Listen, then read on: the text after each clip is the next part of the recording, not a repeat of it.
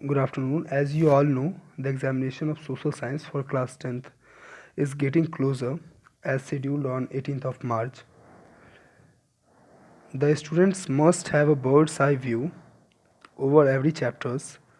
In this video, I have mentioned important topics that you should go by before your examination. The video only deals with economics. After this video, we will make you about history, geography and political science. The important topics of economics class 10th. Let's start. So chapter 1 is development. The first topic that you must read before examination, that is sustainability of development. Next is how to compare different countries on the basis of developed countries or underdeveloped countries. Next from this chapter is public facilities. What are the public facilities provided by government? Next is infant mortality rate, literacy rate and net attendance ratio.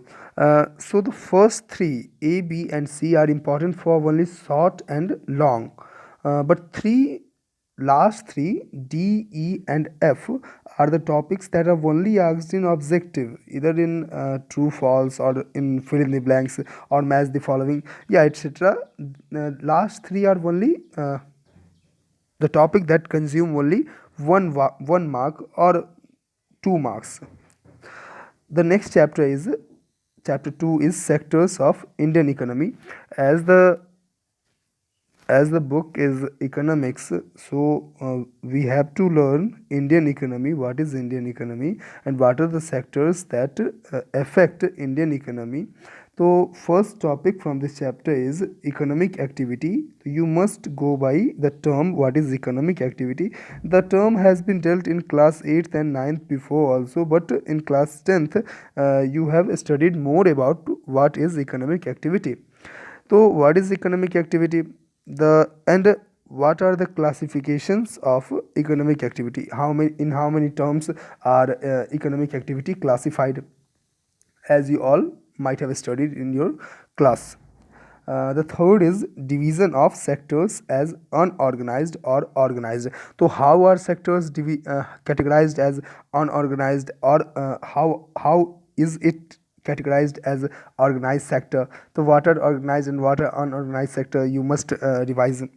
The next is how to protect workers in unorganized sector. As we all know, the word unorganized means not organized. So the workers that might have been working in this sector must be, I might say, might be prone to poverty very fast. So what are the acts, or what are the law, what are the rules initiated by the government to protect the workers that work in unorganized sector? The fifth topic from this chapter 2 is how to create more employment, either by government or by public sector. So both, you must learn both, how to create more employment. And the last from this chapter is government programs enforced to eradicate unemployment. So what are the government programs initiated to eradicate unemployment, like Manrega and other also? You must go by these topics from chapter 2. So, and the third chapter is money and credit. So first topic from this chapter is functioning of money. Second is what is banking and its main feature of banking. The two topic A and B from this chapter had been asked in the examination previous year. So you must learn these two topics, functioning of money and what is banking and main feature of banking. What are the main features of banking? Third is credit terms and types. So how can you get loan, or what are the terms that provide loan, or how many types of loans are there? So these are the topic that you must learn from this chapter, credit terms and types. Fourth one from this chapter is sources of credit. So from where can you get loan, or who can provide you loan?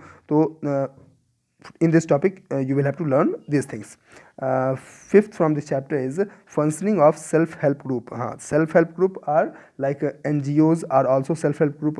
They provide some small finance to workers or laborers or farmers. So how does it work, or how does it support the society? Next is Reserve Bank of India in controlling loan sector. So as we all know, Reserve Bank of India gives all the policies or makes all the policies regarding monetary. So all monetary policies are made by Reserve Bank of India. So how does it control the loan sector, or how does it provide loans to the people or the common people? The fourth chapter is globalization of Indian economy. So globalization of Indian economy, this is an important chapter because in history also you have to learn about globalization. The same topic, not same but some of the topic might be same in globalization of Indian economy and the age of globalization, that is in history. So the first chapter sorry the fourth chapter is globalization of Indian economy, and the first topic from this chapter is impact of globalization in India. Modern globalization, impact of modern globalization in India. What are the like what is WTO, what are MNCs, and how are MNCs important, and how does it affect the Indian economy? So impact of WTO means World Trade Organization on Indian economy. So WTO impacts the Indian economy. So how does it impact Indian economy? You must go by these topics. The third one from this chapter is what are MNCs and their functions. So what are multinational companies and its functions? Why Sri Lanka, India, Brazil, South Africa are only more getting more and more MNCs? Why are these countries getting more and more MNCs? Why India has low level of wages here? So you must learn these things. The next is factors that have enabled globalization. So what are the factors that have enabled globalization? This is important.